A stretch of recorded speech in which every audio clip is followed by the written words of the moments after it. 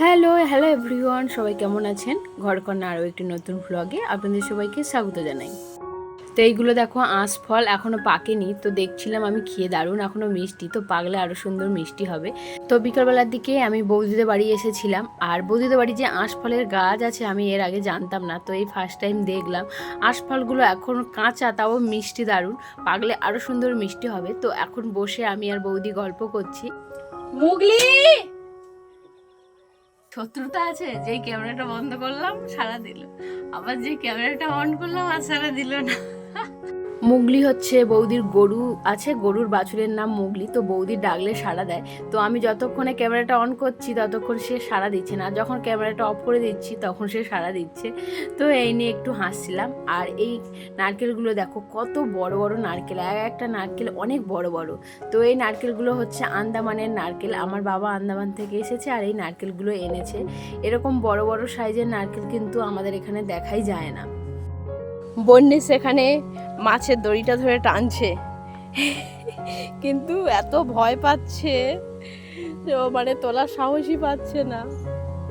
এখানে একটা বড় মাছ জাবিয়ে রাখা হয়েছে, পুকুরের পাঙাশ ট্যাংরা মাছ।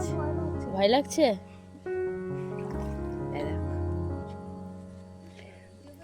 পুকুরের পাঙাশ ট্যাংরা মাছ কত বড় দেখো, ওইদিকে কত বড় মাছ ঘাই দিল। তুই দেখবি আর তুই নিজেই তো এত ভয় পাচ্ছিস রে বাবাই।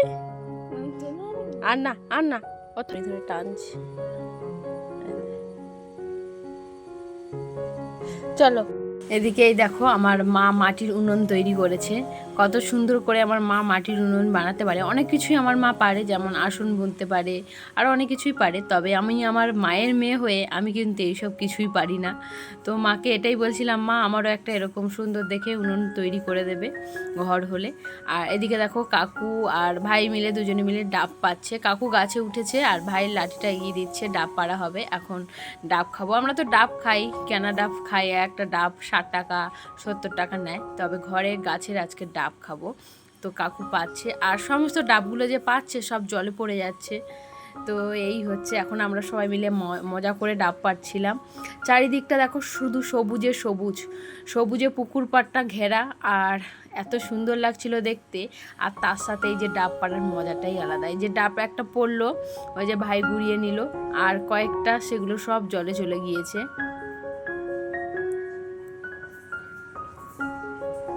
এই একটা ডাব জলে পড়ে গেছে, যাই হোক স্নান করার সময় ডাবটা তুলে নিলে হয়ে যাবে। বাবা হুড় হুড় করে সব পড়ছে, এটা নারকেল হয়ে গেছে তো ভাই, মনে হয় এত বড় না ডাব আছে কি?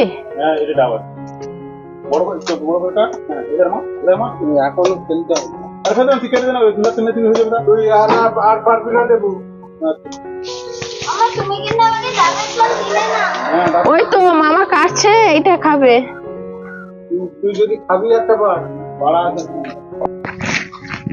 কোথায় যাচ্ছ তুমি? কেন ডাকছিলে?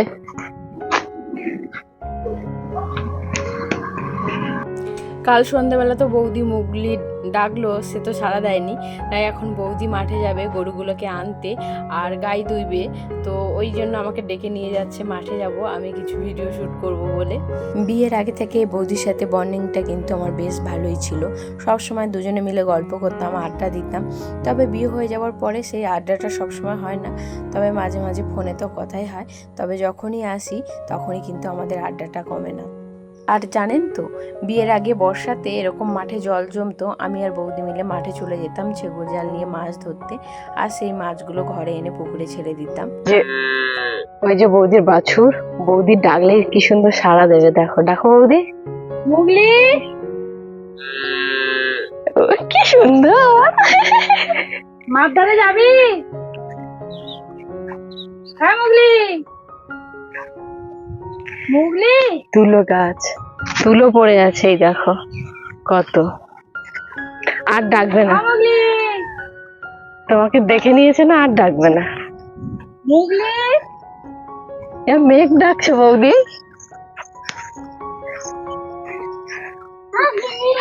মুগলি, ও আমি ডাকলাম সাড়া দিল। মুগলি, মুগলি, মুগলি,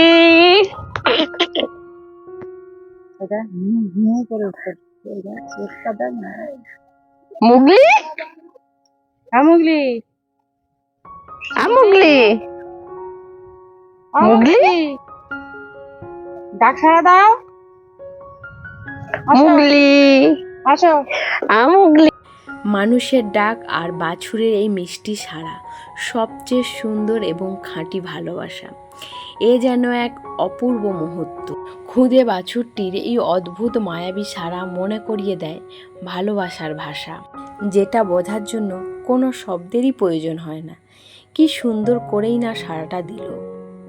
এই প্রকৃতির মাঝে এত সুন্দর ভালোবাসা সত্যি মনটা ভালো করে দেয়। কেমন ডাকতেই খুশিতে গদগদ হয়ে তাকালো। এই নিষ্পাপ প্রাণীর প্রতিটি মুহূর্তই যেন এক টুকরো স্বর্গ।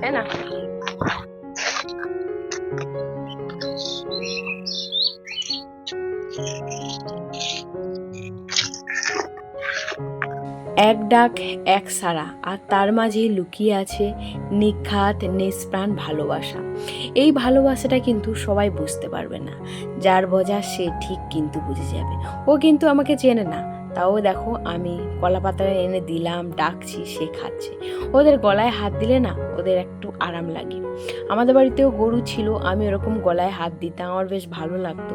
তবে গরুটা না বিক্রি করে দিয়েছে। যখন বিক্রি করে দিয়েছিল তখন আমার ভীষণ কান্না পেয়েছিল। আমি তো সারাদিনটা ভাতই খাইনি, কাঁদছিলাম। বিক্রি করতে চাইনি, তবে আমার মার বয়স হচ্ছে, মা আর পারে না সবসময় সামলাতে। আর এই একটা প্রাণীকে রাখবো, তাকে যদি ঠিকঠাক সময়ে খাওয়া দাওয়া দেখাশোনা না হয় তাদেরও তো কষ্ট হয়, তাই না? ওই কারণে বিক্রি করে দেওয়া হয়েছিল। এই দেখো তার খিদে পেয়েছে, কি সুন্দরভাবে দুধ খাচ্ছে। তো দুধ খাওয়া হয়ে গেছে, তারপর এইদিকে দেখো বৌদি গাই দুইছে। এই দেখো একদম খাঁটি দুধ, একদম জল নেই, খাঁটি দুধ গরুর। কি সুন্দর সাদা দেখতে, দেখো। আজকে গরুটা একটু বদমাশি করলো বলে এইটুকু দুধ, না হলে আরো বেশি হতো। আমরা এরকম খাঁটি দুধ পাই না গরুর। গ্রামে কিন্তু গ্রামের মানুষজন এরকম খাঁটি দুধ খায়, আর আমরা সব ভেজাল দুধ, জল মেশানো দুধ পাই।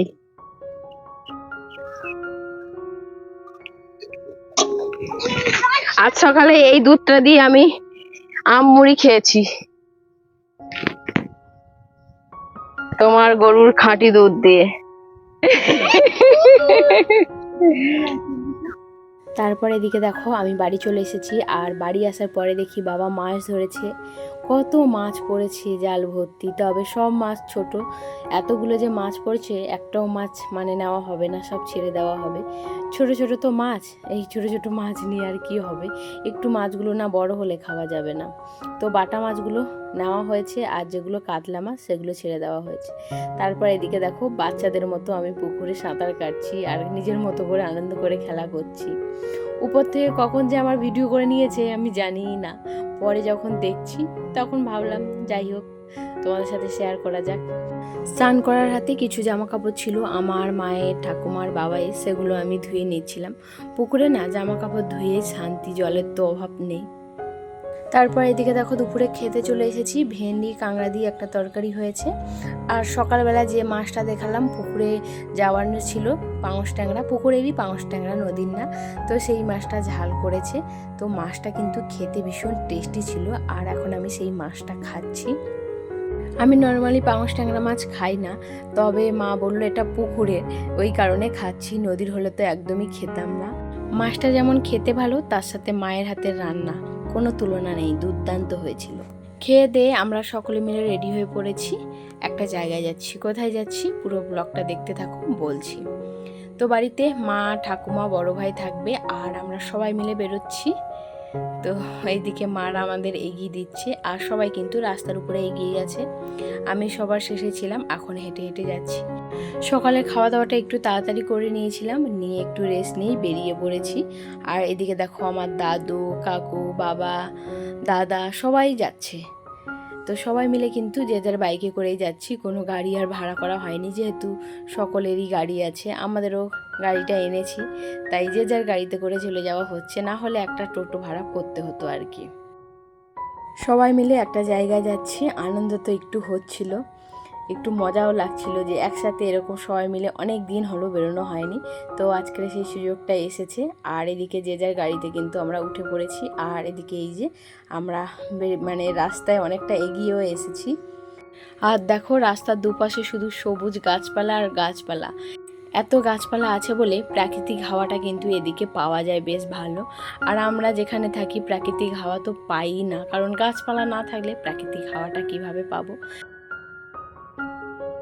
মাঝ রাস্তা থেকে কাকু কাকিমাও চলে এসেছে, কাকুরাও নিজেদের গাড়িতেও নিয়ে নিয়েছে। মানে আমরা সবাই নিজস্ব গাড়িতে করেই যাচ্ছি, কোনো অটো টোটো আর ভাড়া করতে হয়নি। এখন আমরা সবাই এই যে নিজেদের গাড়ি করে বেরিয়ে যাচ্ছি। আমাদের সামনে গাড়িটা কিন্তু আমাদের পথ দেখি নিয়ে যাচ্ছে। আমরা কিন্তু কেউ রাস্তা ঠিকঠাক চিনি না, মানে আমরা যেখানে যাচ্ছি। তো ফাইনালি এই যে আমরা পৌঁছে গিয়েছি, আর এখন আমরা এই যে সবাই মিলে এখানে বসে গল্প করছি। এবারে আপনারা কি বুঝতে পারছেন আমরা কোথায় এসেছি আর কি জন্য এসেছি? হয়তো বুঝতে পারছেন, আবার হয়তো অনেকে বুঝতেও পারছেন না, তবে বলছি।